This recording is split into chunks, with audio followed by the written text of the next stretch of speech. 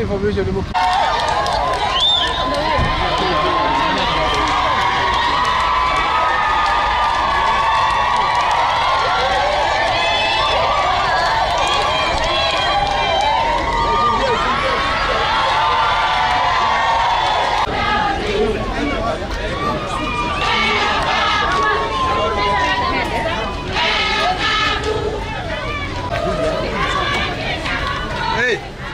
Enough. Usiingie.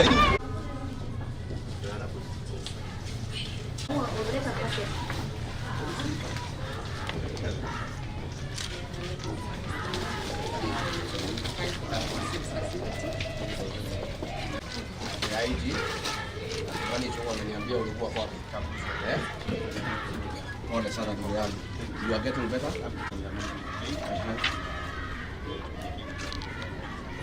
Yes. Pole sana, you got injured in the line of duty. Yeah. I want to commend you for your bravery and most of your men. And the fact that they are attacking you shows that what you are doing is wrong. So the sergeant, how did it go? Went well? Oh, thank you. Welcome, Your Excellency. We received your... Make some arrows and they Oh, this one was not bad. Yeah? This one was not bad. Oh, this when you can see the X-ray. This was in the leg? Yeah, this was in the X-ray. Penetrating right into the tendon. The patella tendon is the tendon that joins the patella, the kneecap, and the shin. Which is called the tibia. So it had also torn some ligaments inside the knee. But you were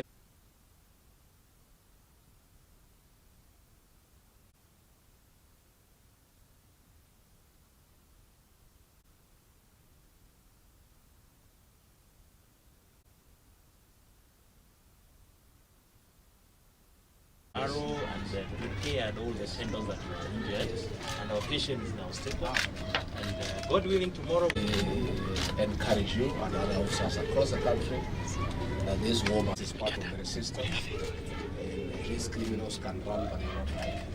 Yeah, I'm told they are so that we can talk them a little bit more. Exactly. And during the night, yes, we hand an all-round operation. We've hand out to the village that's involved in all this. Yes. And this is something that we are going to sustain, Your Excellency. These criminals must know that you cannot attack police officers. Yeah. And we will not allow it. And Commander, you must move swiftly and clean up that village. Correct. Yeah. Because this is impunity on ice water, and it is not acceptable. It's not. Because these officers, their work is to protect life and property. And when you go, you attack them, now that is an attack on the government. So it cannot be allowed. That's okay. Yeah. So wewe Chief Inspector unang'ana iko matunda iko nini na wewe ukipata nafasi kuna matunda ndio kabisa. Yeah. So someone there wish you well na kutakia mema. To encourage our officers to kuwapatia motisha. So tutakuwa sawa. Kabla wamekuja kuangalia. Watoto wako sawa? Unawachunga? Haya, wenda chunga hiyo watoto when mzee is away. Make sure they are comfortable na muendelee salama. Alafu ukiona utakuja kuniona tunywe chai. Na ungangane. Unajua hii dunia ni kungangana. Maisha ya mtoto wa kiume ni mlima. Kutoka kuzaliwa mpaka kufa. So hata kama mambo ni ngumu unangangana kiusi. kabisa sana. Unajua hata mimi nilikuwa mtu ya hivyo. I know. Ndio naona mimi nangangana na hii. Unajua sasa sisi vile tumekuwa trained. Hata mambo ikiwa ngumu tunangangana. So tunaendelea vizuri. So okay, very well, Chief. Ngangana and you will get there. And mtakuja tukunywe chai. Sawa ndio bwana. Asante. Asante. Thank you very much. Asante. Na JK wajuje ha niguo andu aitu na niguka kumucerera na niguka guthiururuka nigetha munjire mbai itari rahi nigetha munjire na ndirerire thigari ici cia gutire muthi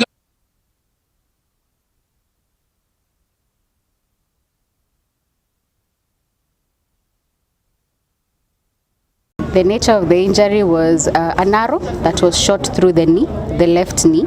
So the arrow was almost halfway through inside. You can actually see it very clearly on the x-ray. So the surgery had to be a little bit invasive because you couldn't explore the whole part. And there's something called a patella, which is a small bone right at the knee. It had also been torn. So the Dr. Chege, the orthopedic surgeon, had to go in, explore, repair the patella, and also just remove the arrow as well. He's very well. He's happy. He's actually talking. He's feeding well. He's back to his normal feeds. So he's recuperating very well. So that I had mentioned that he will start now rehabilitation from tomorrow. From the doctors and from the way it looks like, it doesn't look like it was poisonous. I want to say that these criminals can run, but they will not hide. 2 suspects have already been arrested and they have been arraigned in court. And the prosecutors have successfully been allowed to detain them for further investigations, and they will be charged with appropriate offenses, including attempted murder and other serious offenses. I want to say that since this war started, we have seen a tendency of people, criminals, attacking our officers. On 13th March 2024, Inspector Simon Mwangi Kariuki of Dori Police Station in Rarieda Siaya was attacked and firearms stolen. Again, in March, a father and son were attacked and injured a chief in Nyamira County. Again, in March 2024, 2 chiefs were assaulted at Kameli and Chepsire locations by goons during a crackdown. Again, last year in September, 4 police officers were injured at an illicit liquor den in Eldoret to St. Gishu, and drunkards pelted them with stones. On February this year in Rumuruti Police Station, the Deputy OCS, Prosper Wandera, was stabbed to death by Changa revelers. That President William Ruto has given us very clear instructions from myself, Professor Kithure Kindiki, the IG, and all regional and county security teams, that the issue of drug abuse and illicit alcohol must be dealt with once and for all. And this is a battle that the government must win. What we have seen in Juja is an attempt by criminals to attack police officers so that they can give up on this exercise. I want to assure them and assure the people of Kenya that this has just strengthened our resolve to fight. I want to assure our police officers, wherever they are, that the government will protect them, is fully behind them.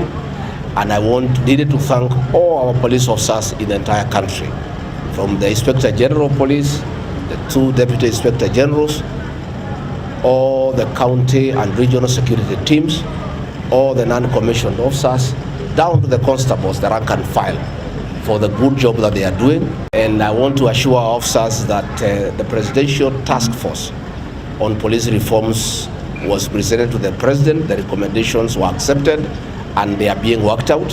And from July 1, their terms of service will be reviewed by 40% progressively in 3 years. Again, we are looking at insurance for our police officers who get injured in the line of duty. Again, those who lose their lives in the course of duty, we are having a package that will take care of their families so that they don't suffer. So let me assure our police officers and administration officers across the country that the government will take care of them, and we want to urge them to proceed with this war without any interruption, without being discouraged, and this war must be won. And let me reiterate on behalf of the President that furtherance to the meeting that was held in my office with our security commanders from the regions and from the counties, this war must be won, and there is no stopping until this menace is eradicated. It may take 1 year, it may take 2 years, it may take 3 years.